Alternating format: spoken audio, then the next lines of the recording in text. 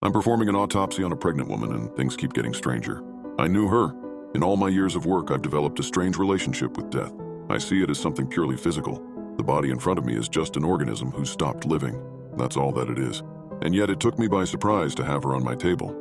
I'd seen her around the hospital before, excited, glowing, talking about what her life would look from now on. She was a bit distracted sometimes, saying that great things were coming, but I didn't expect her to die right before giving birth.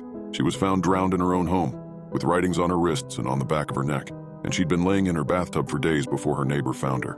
She had no husband, no relatives. They expected me to rule it as a suicide.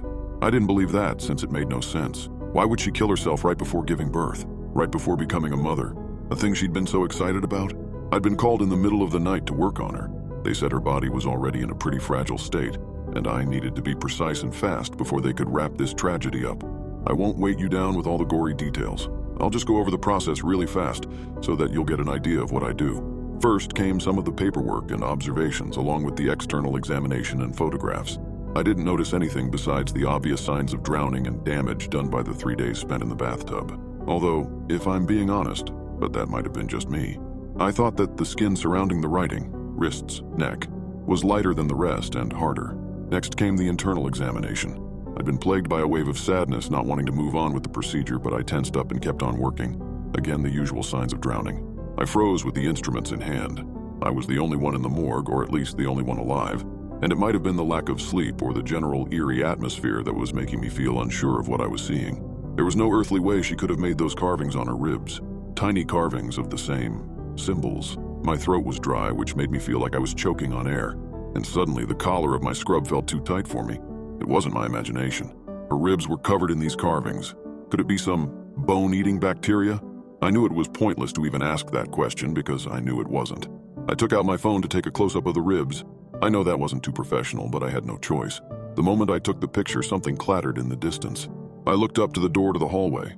No one should be here.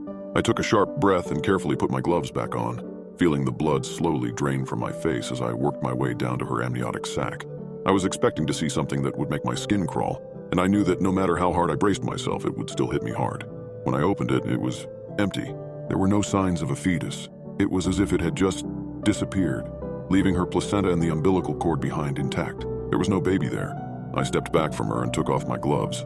I rubbed my eyes. That had to be impossible. Her tummy had been perfectly round, and I'm pretty sure there would have been signs if she'd given birth before or after dying. It was inhumane, unnatural. Everything indicating a pregnancy existed, all except for the baby. I carefully closed her up, trying not to think about the missing baby and the symbols, then filled the report. I wrote suicide on it. I wasn't 100% sure of that. I didn't need to be.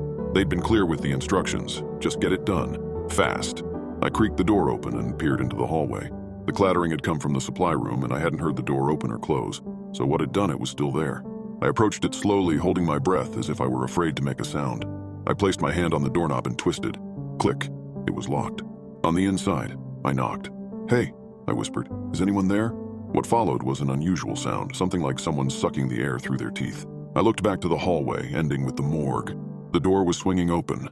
I couldn't remember if I'd closed it or not, and I didn't want to. I decided my job was finished there. I closed up and got into my car, then drove home in silence. I live alone, so me coming home at 3 a.m. would not disturb anyone. After doing my night routine and going to bed, I found myself twisting and turning, strange dreams pressing onto me, like the ones you have when you have a fever. I thought I heard a cry at one point until I realized it had been my own. I opened my eyes after what seemed like minutes, to discover it was a little over 6 a.m. In the soft glow of the morning, my window had fogged up a bit, and I couldn't help but stare, perplexed, at the fresh print of a child's hand on the inside of the glass.